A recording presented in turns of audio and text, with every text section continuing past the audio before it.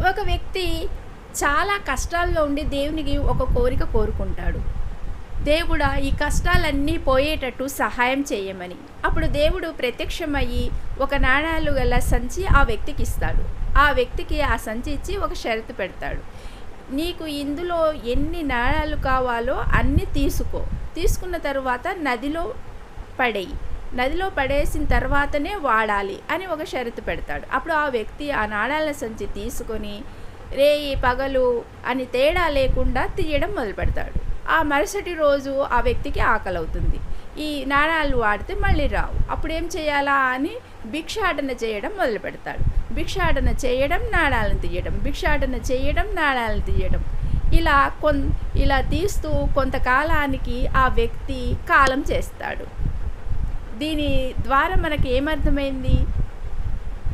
ఏది కష్టపడింది మనకు దక్కదు. ఒకవేళ వచ్చినా అది నిలవదు.